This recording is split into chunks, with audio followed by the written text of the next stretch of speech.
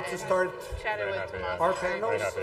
We have prepared a couple of really dynamic panels on the subject of financial technology and the way in which this fast-paced evolution is going to have effects on the global financial system and the world in general. So we've actually managed to assemble really interesting panels that will bring in the perspectives of the fintech community, the central banking community, and even the financial regulators. So hopefully this will be a very rich discussion. And we'll begin with our first discussion on the future for financial systems, which will be hosted by Miguel Díaz. So let's begin. Thank you. Thank you. Thank you very much. And I think given what we heard from Agustin, Tiff, Cecilia, it is very clear that something needs to be done on the financial sector quite fast. And it is very important to have every voice represented. And this is why these panels have voices from fintech, from the traditional financial institutions, from authorities, and from global financial organizations. This panel is about the future of finance, so different perspectives from these different views on how finance should be done in the future. And for that, we have an amazing panel with me. We have Otávio Damaso. He's Deputy Governor for Regulation at the Central Bank of Brazil and an important part in the decision-making process of doing the transformations that we all know Brazil is doing.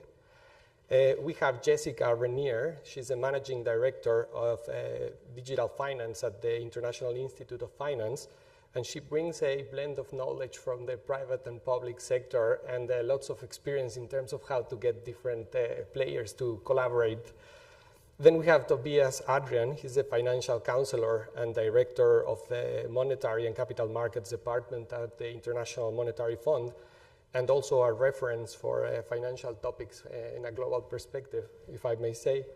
And then we have Michelle Beyo. She's the CEO and founder of Finavator and a reference for the Canadian fintech sector and a good friend. Let me start with the questions right away. So Tobias, let me ask you, from an international public sector perspective, do you consider that the financial sector is taking the adequate steps to continue serving societies with the quality that it needs in the future? And if you can share with us what you think the future of finance looks like and what we need to do in order to serve societies for the digital economy. Yeah, thanks so much. Thanks so much for having me in this panel. And I really enjoyed the previous fireside chat, which already highlighted many of the issues that are relevant for this question. So when we take a step back and think about the financial system, the evolution of money since its creation thousands of years ago, I would argue that technology has always played an important role, right? So we went from, trading coins, commodity coins, to having a book entry system, to having ATMs and wire transfers.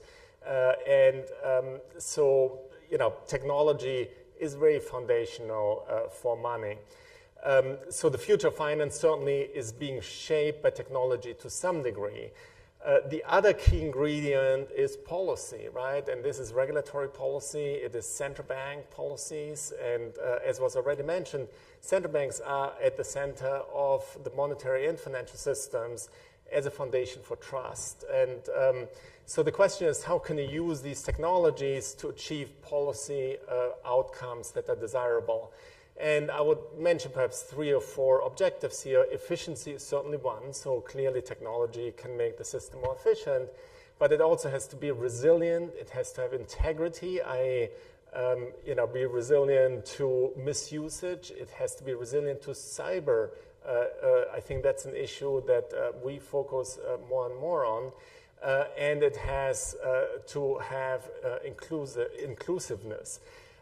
So when we look around the world, and of course the IMF has 190 member countries, so it's very, very broadly spread around the world.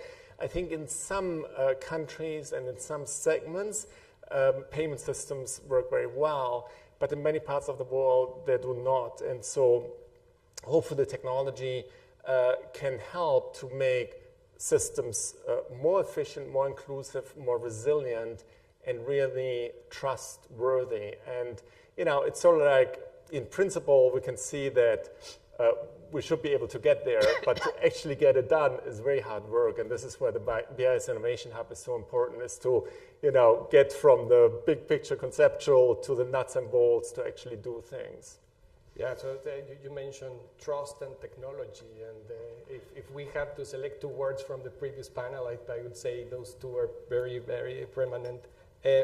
Michelle, from your perspective, what do you think are the main drivers that are pushing the financial sector to reinvent itself? And what would you say, if I get a number, just say 4 of these elements that you envision in a future financial system? So much. I'm so happy that the BIS has come to Toronto. I think of all the Americas, to choose us, I think, is imperative, as we have so much innovation yet to come and so much to see from what's happening on a global front.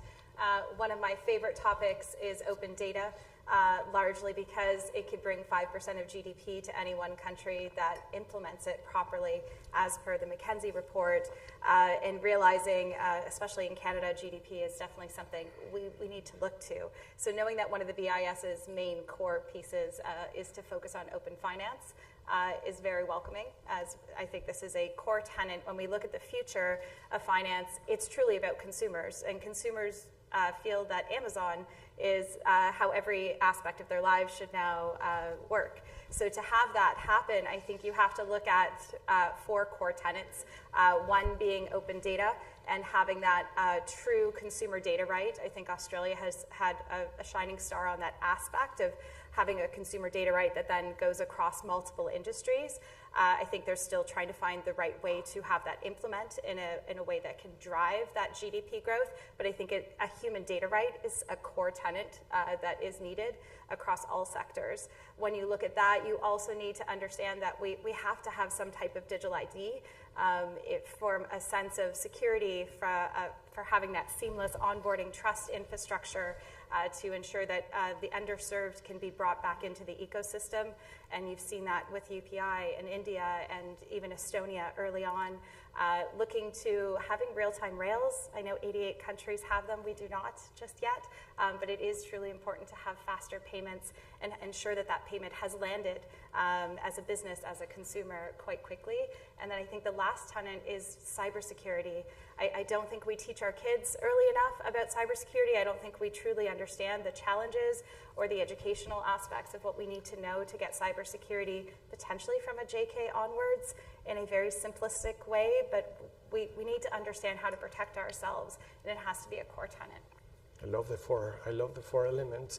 Otávio, so, and touching back on what Tobias said of bringing things to reality, Brazil has made an impressive push into bringing things to reality.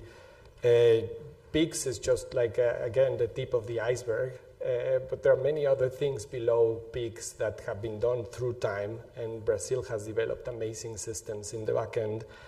Can you tell us from the Brazilian experience what are the more relevant aspects that you have and how you have managed to use some of the existing rails to provide this amazing new functionality? Okay, thank you very much for inviting me to this event, the BIS Toronto Innovation Hub Center, and to attend this panel to discuss on the future of financial system. So thank you very Miguel, and it is an honor to me to be part of this panel together with Tobias, Michelle, and Jessica. The Central Bank of Brazil has been encouraging innovation in the financial sector. Our approach has been 2 dimensions. First, to create an open regulatory environment to encourage innovation in the market. And the second one is developing infrastructures to foster competition. And these infrastructures are designed to support also the innovation. And I have 3 examples about the existing and new rails. The first of all is the Brazilian Instant Payment Scheme, the PIX. It is very famous nowadays around the world. It is based on the pre-existing Brazilian payment system, so it is an existing rail that we use to build the PIX. And we addition a layer to create an instant payment system that works 24/7 in real time. So it is very simple, revolutionary, and the cost-effective payment solution. The second things that I would like to say is about the Brazilian Open Fine Initiative. I think it is the most comprehensive open fine system in the world nowadays. It encompasses the banking services, credit, investments, payment initiation service, and insurance. And it is an entirely new infrastructure. The governance is running by the market participants, and the Central Bank of Brazil regulates and supervises this governance and the open fines at all. And the third one is the Brazilian Central Bank Digital Currency, or CBDC, is known as a DREX. Our CBDC, it is a wholesale CBDC. We have the scheme of instant payment for retail, so we not need a CBDC for retail. It is an entire new infrastructure, and to provide a secure, efficient settlement layer, especially for tokenization assets. In summary, we are using existing rails for PIX and new rails as open finance and the DREX.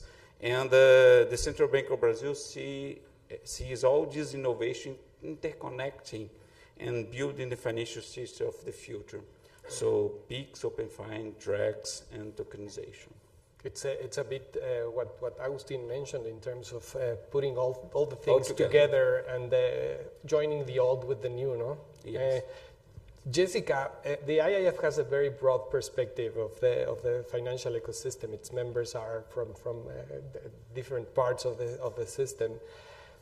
If you could please share with us what are the main elements that each of the participant type can bring into the mix, and how can we actually build consensus given that the incentives are different, right? So can you go into that? Yeah, absolutely. Well, thank you very much for having me here. And we do have a very broad kind of constituency at the IIF. We have over 400 members across about 60 to 70 countries.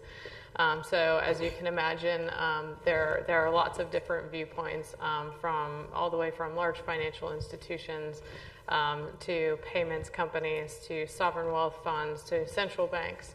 So a pretty big range. But each, while they may have their different part in the whole of the economy, there are things that are quite in common, and that's kind of where we look for where the trend is. If enough of the membership is clearly talking about the same things, looking at the same things, then clearly across that wide of a range, then I think my mother used to say, there must be a pony in there somewhere, right? There's a reason it's coming up.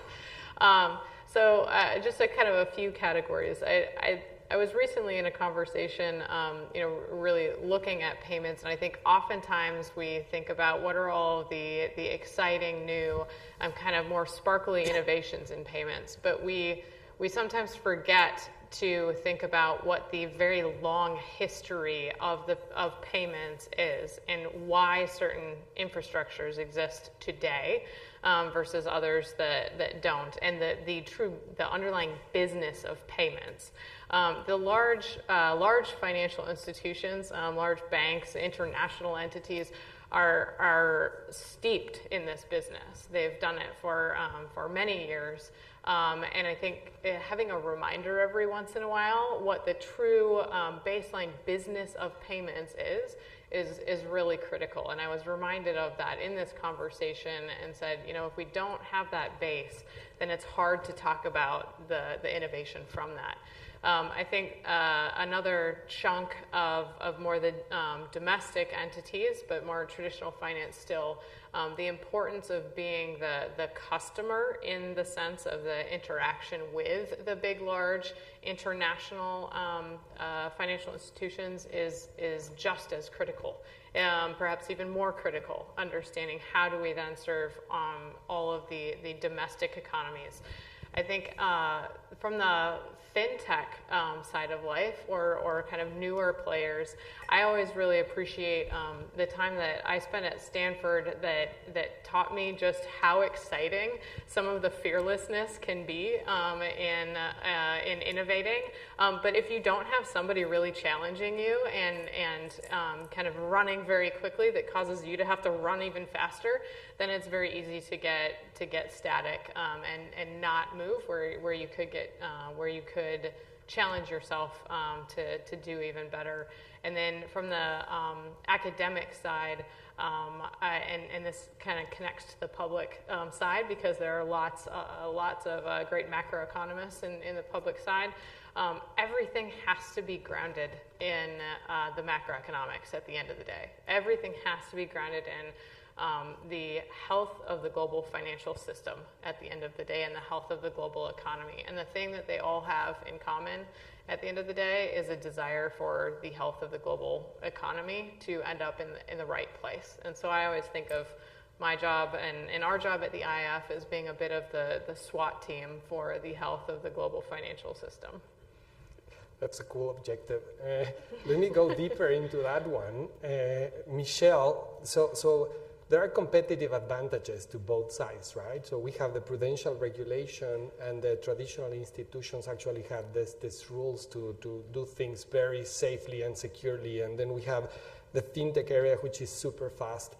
How can we take the competitive advantages of each player and build something that is better for societies? And then a secondary question to that is in a world in which we have these digital networks that are giant, that are very difficult to compete with if you are not allowed into the network, how do you envision the future of finance in a world in which you have these small newcomers with little network externalities and these giant network externalities that might not want you in? Yeah, thank you for the question. I think it's truly important when we're looking at any innovation across any sector.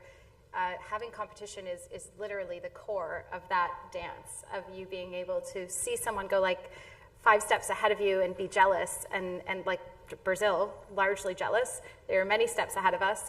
They're already at open finance with insurance, and make you want to run. And I think with fintechs, you need to create, or pay techs or health techs or whatever that infrastructure is, you have to create a safe environment for them to be able to create, innovate, and grow. And I think countries have done phenomenal jobs, like Singapore, having 900 new fintechs alone on a yearly basis due to their regulation, their taxation, and their ability to take that one solution and push it all throughout Asia and then global. And I think that that's a great example because when you're looking at this competition layer, it's costly. It's costly to hit regulation. There's new regulation in Canada from the RPAA, followed by many of our fintechs are now MSBs, and they're about to have open banking regulation. So they're being triple regulated, but the market size hasn't changed. And I think that there's some challenges when you don't have the right taxation laws. Like the UK has done a phenomenal job on having that angel investment tax break, where if you invest in a startup, there is this tax break for you. That has driven a lot of startup money to allow those startups to flourish. So you're seeing some markets really understand that innovation and competition are hand in hand with good tax laws, as well as regulatory sandboxes, and wanting to move competition forward, knowing that that is GDP growth. So really excited to see other markets learn from what's happened in Singapore, Brazil, the UK, other markets, because VC dollars and VC interest is actually how you build the next generation of technology. But their interest in the market has to be one that allows them to see growth for those organizations. Thank you. Tobias, let me ask you, and going deeper into the bringing ideas into tangibility. So we're living in an environment in which there are many ways of providing the financial services, and new technologies come and go at a very fast pace. And we have IT people talking about finance and financial people talking about IT, which can be complicated. And in this environment with many potential options, how do you think we can manage to get this direction or this guidance in order to avoid having to allow for all the flowers to bloom and try to search for a more efficient path towards a final solution? Yeah, so I think it's important to keep in mind that when we look at the financial system today, it's quite complex and quite heterogeneous, right? I mean, there are many ways for me to wire you money. I mean, there are dozens of ways for me to wire your money. And, you know, there are some foundational things, such as liquidity provision by central banks. But, you know, it's a relatively small sliver of the overall monetary system, right? Monetary liabilities are 90 to 95% private sector liabilities of banks, and payment services are provided by banks and non-banks depending on the country. So I do think it's important to allow innovation and heterogeneity, and to not sort of like think that, you know, there's going to be one public sector solution that makes all of this, you know, unnecessary. So, you know, the point was already made earlier that, you know, for many issues, it's the private sector that has to innovate, that has to meet customer needs. And so what the balance is in between what the public sector, such as BIS Innovation Hub, or central banks are providing relative to what the private sector is doing, I think it's an important balancing act. And when we look across different countries, this balance may be very different, right? I mean, you know, there are different traditions in different countries, different views of what is the role of the public versus the private sector. So when I think about, say, North America versus Europe, there are certainly different traditions. You know, there are different needs in countries. For example, Asia was mentioned earlier as you know, a bedrock for innovation in financial services and technology. You know, it's really the innovation around financial inclusion and getting, you know, a much broader part of the population into the financial system via payments, but then also via lending. And of course, with the innovation of smartphones as the foundation for so much. So, you know, I think that central banks are very foundational and, you know, have to innovate, but they also have to have the right sort of like compatibility with private sector innovation.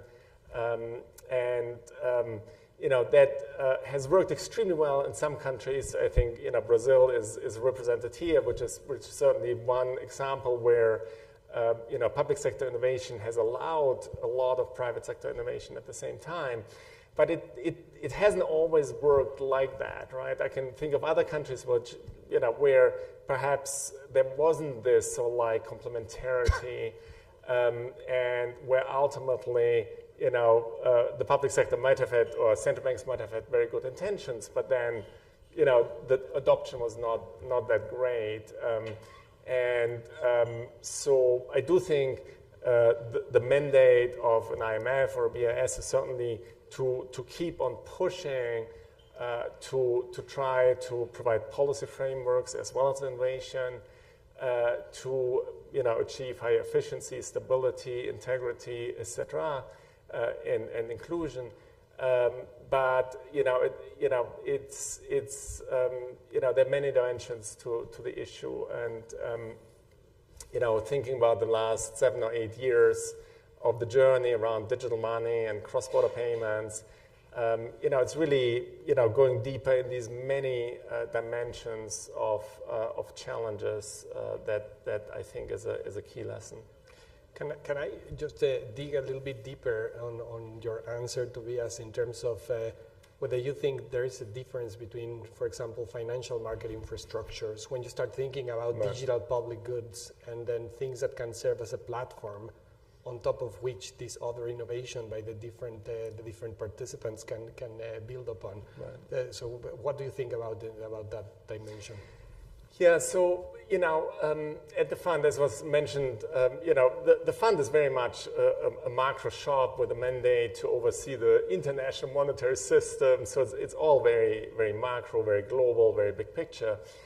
But, clearly, international monetary stability, global financial stability is all rooted in the plumbing, in the details of institutions, of legal, institutional, and market conventions. And so, market infrastructures are the foundation of everything that is being done in the payment system, in the financial sector. We spend a lot of time on infrastructures from a regulatory perspective, but also from broader policy perspectives. And so, building infrastructures that are resilient, trustworthy, that fulfill policy objectives, but then allow for innovation and new technologies is really the goal. And, there are really some infrastructures around the world that are absolutely foundational for everything.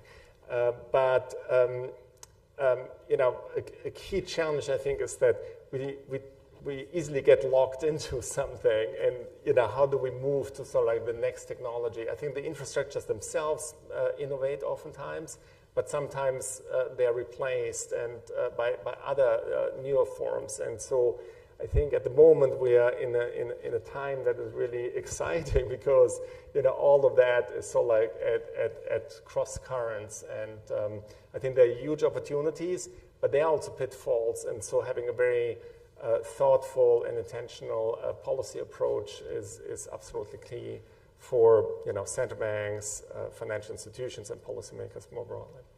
Thank you. So Jessica, digging deeper into this and thinking about this collaborative perspective, but in these foundational platforms. So what do you think about private-public collaboration on these foundational public goods that can be created into the future? What do you think are the benefits or the potential competitive advantages that could be brought into this type of solutions if you bring in private and public sector providing this public sector, these public good solutions? So in terms of collaboration between the public and the private sector, I'll take that first. Clearly essential.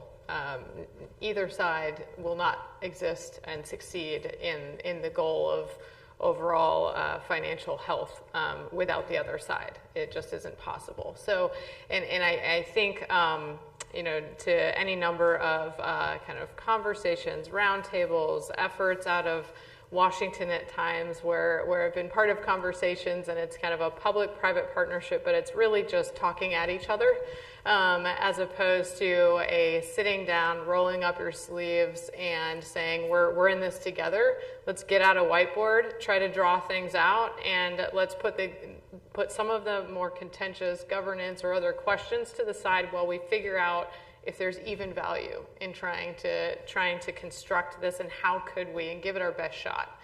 I think that is something that the BIS Innovation Hub in particular is created perfectly to be able to take on. And from the IIF standpoint, we're very excited in particular to be able to enter that a kind of hand-in-hand partnership to explore that. Through Project Agora and other conversations. I think that from the standpoint of the term public good, I always get a little bit stuck on that term because it's used so broadly to mean many different things. And I think in some settings it's used to mean a large infrastructure that's built and owned and operated primarily by the public sector. In others, it's more of a kind of bringing together of knowledge and experimentation and then sharing that out with the world of what did we learn and what could we have created as the good to help everybody else rise to that. I think that it kind of strikes a good balance to bring those things together, because you do need a combination of the private side and the public side. Traditionally, from a player standpoint, the private side is fantastic at really innovating and maintaining and kind of improving systems. And the public side certainly owns oversight abilities, and then working together to innovate is essential. And so I think that keeping that kind of working together, collaboration and partnership is essential. But I think one of the keys to it that I found with a very broad membership that we have is always first seeking to understand the other party and seeking to understand all of the pieces of it before seeking to be understood by them. And the more that the conversations and partnerships and really rolling up sleeves have come from that standpoint of seeking to understand and then put that into a construct that could work and reach an objective, the more successful they tend to be. So focusing on what we agree, not on what we disagree with each other, no? Well, and sometimes it's healthy to disagree, right? Because we get to a better outcome. But seeking to understand, why are we disagreeing? Exactly. What is the other entity trying to get at? Not because they're wrong or they're trying to, put me in a box of and not be able to innovate. But they have an objective, and it's an important one. And so how do I reach that at the same time as also reaching my objective to reach the right outcome? Yeah. Otávio, now again bringing it to tangible experiences, I'm sure that you have had this issue in terms of making private and public sector actually collaborate to build these infrastructures that you have put on the country. So can you give us your experiences and what you think are the main points that you have to deal with in order to get these things going? Okay, thank you, Miguel. I think when you look to innovation and some action from the central bank, we have two big challenges. And I will looking focus on infrastructure example. The first one is the interoperability. I'm not talking about the technical issues about interoperability. Technical issues in all cases solvable. When it is interoperability is an obstacle. When it means to foster competition and to open the market. So take the example of open finance. The open finance has been seen almost exclusively as a tool to foster competition, to lower barriers for new entrants, for new players. So in this case, the relation and the advance of the infrastructure is very difficult to implement. Again, we are not talking about technical issues. We are talking about competitiveness issues. In other example, in the Brazilian case, like CBDC, the interoperability is not a big issue, because all market participants see the CBDC as a new infrastructure and a new way to do business. So it is a new market for everybody. So they are working together, they are working proactivity to develop. Of course, we have many other obstacles, many other challenges to face with this. And the second challenge, and in many times it is a friction, it is the speed of the innovation. So, of course, the Central Bank of Brazil wants to promote the innovation, to go ahead with the innovation, and innovation do not wait for anyone to adapt to it. If you do not do, somebody will do for you. So it is another friction, because sometimes we foster to go to innovation, to open the door. And of course, many incumbent institutions has its challenge to implement innovation and do business. So it is difficult. But the speed of innovation, it is a challenge for the Central Bank of Brazil too. In the way to adapt and even to guarantee the regulatory perimeter. Because if you wait to see problem, the future will be more difficult to you to bring everybody out of the perimeter to the perimeter. Thank you, Otávio. Before opening the floor for questions and answers, let me just pose one question for the four of you, which I would love for you guys to build on each other. If you had to describe to a kid the future with a perfect financial sector, which functions and characteristics, and how would you describe it for them? Please. Happy to start. So, I have an 8-year-old daughter who started coding when she was 5. So she started with Scratch Junior, which is a language developed at the MIT Innovation Lab. And so by now she has done like 3 years of coding, right? So for her, coding, using digital things is the baseline of what the world is, right? So paper cash is like what you use in Monopoly, to play games. It's not the reality that she grew up in, and so the financial system is something on a phone basically, right, where everything is seamlessly done, and I think that's a vision. I think Agustin talked about the Finternet as a vision. I think that is all like. You can sort of see that this is how it sort of like should be, but how to get there, I think, is where the gap is. And again, I think this is where the work of central banks and international financial institutions, but then also the major banks are certainly all working on that, right? I mean, all of the major banks I can think of have been working on fintech innovations since day one, but how to actually then translate it is not that easy, right? So, having the vision of, we should be there, but, how to make it work is not that easy. And so I think everybody's heading in that direction, but how exactly it's going to shape up, we can see some elements, but it's not fully there yet. Yeah, I think it's seamless, it's instant, and it's customized. It's Amazon, but for finance.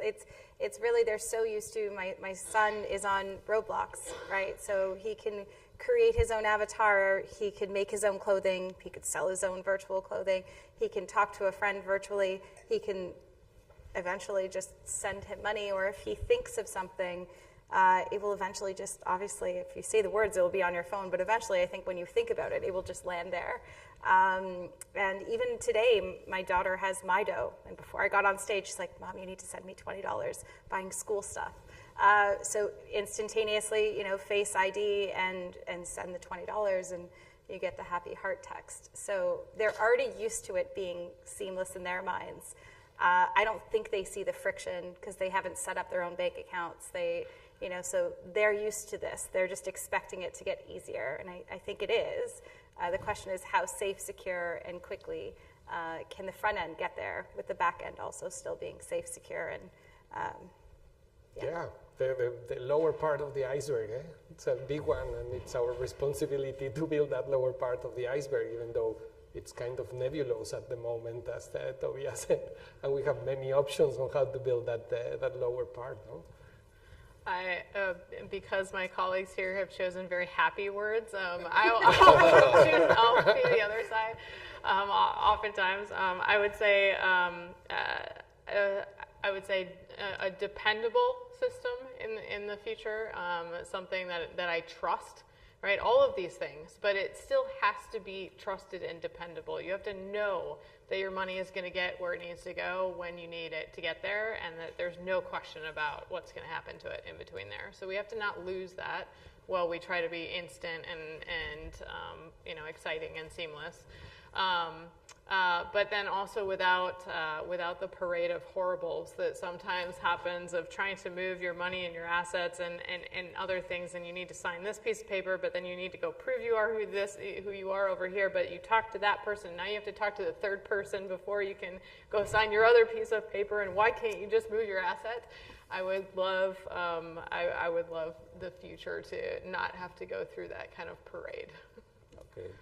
So I would like to change the position in your question and try to explain how the Central Bank of Brazil approach in this case. Used to ask young innovators, not kids, of course, young innovators, how can you imagine a better and more efficient financial system? And probably the answer is relating gaming with digitalization, with artificial intelligence, and crypto assets. So, return to your question, I think the better answer is trying to explain the financial system in the future, adapting to what is the kid is working in the gaming arena nowadays. Thank you very much for that. I have to tell you that the kids would be really confused, but I agree with all of you. Let me now open the floor for questions from the public.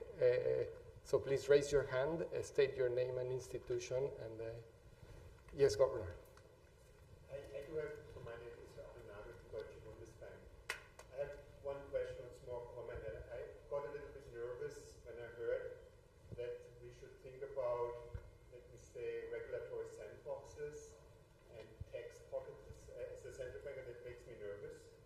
Is it really necessary to push this whole sector and all the innovation by having different, let me say, rules, regulatory, maybe different system when we're talking about regulatory, let me say, thinking of central banks and also the tax system? Is it really necessary? If everything is so innovative, if everything is so good and is so excellent, why there is this necessity? This is something I'm struggling with. I think it is maybe much easier for smaller countries like Singapore, but for larger countries, I believe the price is much higher.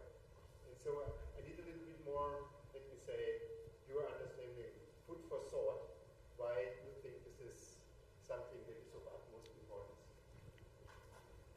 Okay, can I start? So in the case of Brazil, I think we can take the example of PIX. The PIX, of course, it is a very innovative scheme of instant payment. As I said before, it was very, not easy, but it's not too difficult to implement in Brazil. We got the payment system, current payment system, introduced a layer in this payment system. And for the society, the benefits is the biggest inclusion that we observe in our economy. So many people that before PIX was outside of the financial sector, nowadays they are using some kind of financial product, of course the PIX one, and it was very important for our economy. So the solution wasn't expensive. It's not expensive. Of course, we have a current base to do did it, and the result was very impressive for the Brazilian economy.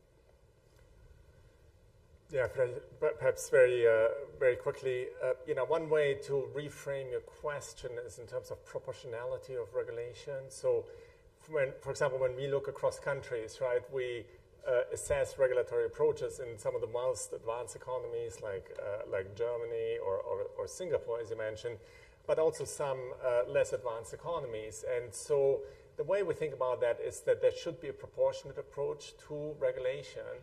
But proportionality does not mean that, say, smaller institutions have less regulation, but rather that they have simpler, but on the margin, probably more conservative regulation. So typically, when we look at, say, smaller, less sophisticated banks, they may have simpler regulatory approaches than, say, Basel III, which apply to the most complex banks, but they tend to have more conservative capital standards. And I think that may address your concern that, sandbox is not about lowering prudential standards, but by making it simpler, but perhaps more conservative on the margin. And I think what applies to banks, say, across countries or within countries in different sizes and sophistication, I think would also, philosophically apply to payment system, payment providers or infrastructures. The Basel Committee and the BIS Financial Stability Institute, for example, have done quite a bit of work on that. If I may just put one more idea over the table, is when you see the impact of technology on how the services are being provided, the service that before was provided by just one institution, say a payment, now is being provided by 7 or 8 institutions. And therefore, the regulation that was designed in a vertical way, regulating the institution that does all these type of things, is a bit too much if you want to impose those to just one doing one of the 7 pieces. So I think the transversal approach is very useful, no, for that matter. I don't know, just putting that on the table, having a matrix view approach of regulation in which you still have the benefits of the vertical approach, but you can also put some of that horizontal functional approach, no? Any? Yes, please. Alexandre from BIS Panellists. So we talk about challenges of building up the future financial system. I think we mentioned en passant the issue of cybersecurity. So with the digitalization of the economy and the financial system in particular, I think this kind of risk will become even more prominent. So what's the word of advice on the experts of the panels, how to deal with cybersecurity challenges in a digital financial system? I think, I was at a conference in New York last year, and it was all the CISOs from all the major banks. And to know that organized crime is focused so heavily on cyber attacks, knowing their budget are bigger than ours, and hearing some of the things that they were up to, and then realizing you have a leaking bucket, or maybe the bucket's literally overflowing, and you're just trying to figure out which ones to go at first. I have a French passport, I speak French, but I do truly think that we might need to pull something like 40 minutes a week from kids' educational breakdowns and start teaching them about cybersecurity.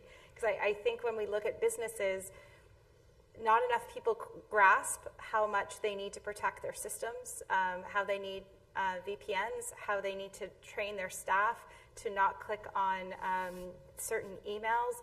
Spam does not catch half of what's going on at this point, and a lot of these are personalized messages like, please buy me a gift card, click here, or here's your new invoice, or please sign this DocuSign.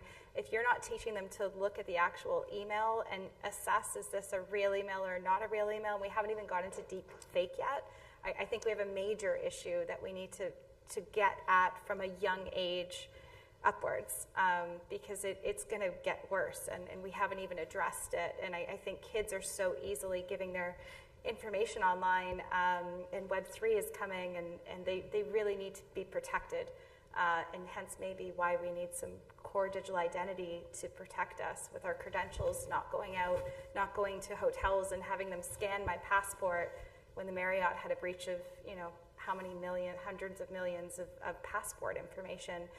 They don't need my passport. They need a credential saying I am who I say I am, so I'm allowed into this hotel room. But you don't know how to hold my data. You're not a data house, so please don't have it. Give me a different option. Can I build on that Please. for a brief moment? I think it's really important to think about other policies in that context. So other policies that we pursue, And what are some of those other impacts with respect to the safety of data at the same time? So, and I know here in Toronto, one of the topics that is very top of mind is open banking, open finance, and the portability and transferability of consumers' data. And one of the conversations that I have globally with many different jurisdictions that are either further along or just beginning that journey is while it is very important to think about and we want consumers to be able to move their data, we can't forget that we still have to have it be in a safe, secure environment. And what happens when that data expands to many other locations and entities versus those that have a very long history of kind of more maturity of protecting it and are regulated tough, like in a very, very robust regulatory system for doing so. It is not just if you push everybody's data out there, won't that be great for the consumer, right? And I know I'm being a little bit flippant, but these questions around cybersecurity and then questions that next get to AI and the application of AI to all of that data that is out there in a patchwork of data policies, of localization, of privacy, of sharing. It opens all of those things up and in a very fast, increasing, kind of accelerating manner. And so just something to think about as here we enter some of those policies and how they get created and some observations from other jurisdictions that are looking harder at some of those questions now that they've gotten a little further out. Yeah, just very quickly, one complementary point is that cyber is often at the intersection of technology and the human element, right? And it's the human vulnerability that allows the entry point. And I think one of the worries is that new technologies can exploit the human vulnerabilities more, right? I mean, and it's not something that is straightforward to address via either technology or policy frameworks, right? It's really about like how do we as humans interact and how can AI, say, be used to manipulate people more. I think it's very challenging and very, will remain a key issue. So the case of Brazil, the cybersecurity, it is the major risk for financial stability. When we do the survey with the market participants, it is the number one, number two, no more than that. And we have a lot of bilateral, many initiatives together with the associations and the market participants to develop this issue and to build a more secure financial system. So I would like to get the case of the open finance in Brazil. When we introduce the open finance, we need to decide the perimeter of the open finance in Brazil. So many fintechs and not regulated by the central bank in that period asked us to open the open finance. So we decided to close the open finance to the participants that are regulated, supervised, and licensed by the Central Bank of Brazil. So it is open, but it's a closed environment. So it brings us more security regarding cybersecurity and the data break. What we did more, we created a new entity to be licensed by the Central Bank, open the door for other fintechs to enter in the open finance ecosystem. Thank you so much. We're on time. Probably one more question. Yeah. Thank you, Miguel. I'm a computer science at the University of Toronto. This goes on to Otávio and Cruz. Both of the questions, actually. First of all, congratulations for PIX, because he has done a wonderful job in the last 3 years. It was just last week that Bank of Brazil announced that they're going to delay DREX for another year. DREX is the CBDC system that was about to come out at the end of the year. There were two reasons. First of all, it was the interplay with the private sector. It didn't deliver innovation. And number two was the cybersecurity issues and privacy issues, whatever you want to call it. So do you see, and it was also last month that the United States introduced a bill that bans the Fed from introducing a CBDC system under the Anti-Surveillance Act, at the time that the Googles, Facebooks, and the WeChats knows everything about us. Do you see an interplay, power interplay, and everybody in the committee can answer, between the private sector and the government or the central bank, and where do you see that interplaying ending up? Because there's no bill against Facebook or their private class actions against them in Canada, as we know. TDSB started one last month. But where do you see the power interplay between the private sector and the central banks or the government? Thank you. Okay, in the case of CBDC, the example of CBDC, okay, I see many cases of interplay in the CBDC scheme. Of course, we are building our CBDC infrastructure there. There are some challenges to be solved, but we, as I said before, we are seeing a very cooperative scenario with the market. I think, as Augustine said in his conversation here, tokenization probably will be the future of the financial sector. And we see the CBDC link the tokenization infrastructure to be the center of the business now.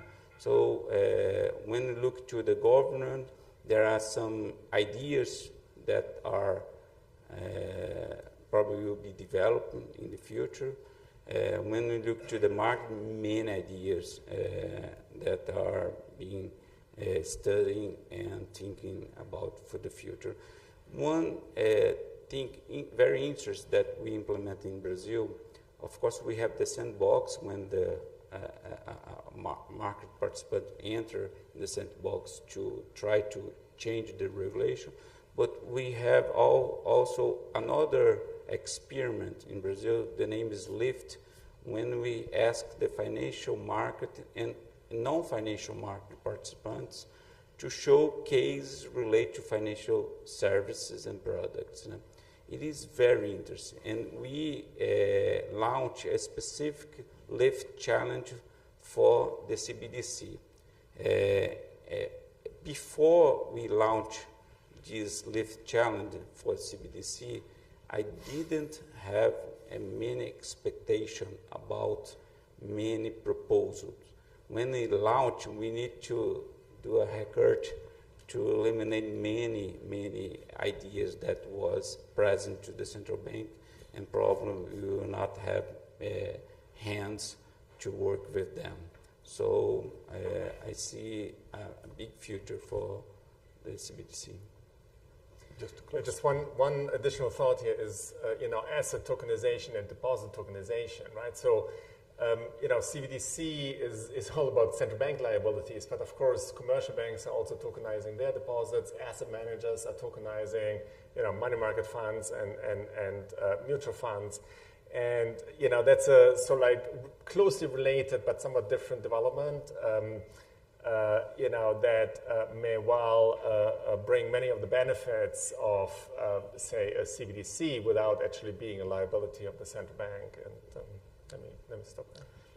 Thank you so much. If I had to summarize this very quickly, so we have a very clear common idea in terms of what we want in the long term as a vision for the future of the financial system. But the devil is in the details on how we actually implement and create this and bring this to reality. And I think the cybersecurity question points a very specific point to that, and we need to collaborate and work together to get these things on. And the Innovation Hub will try to help on that. So thank you very much, and help me thank our panelists. Thank you very much. That was beautiful. Thank you very much, Miguel. Thank you very much, Miguel. One of the great things about working in the Innovation Hub is it always forces you to take an agile approach to life. So I was told right now that we failed fast because we do not have enough microphones right now for the next panel. So while we mic them up, we decided to take an agile approach, and we invite you for drinks back in the back. So if you can go and return quickly, we'll get right away, started right away with our next panel. Thank you.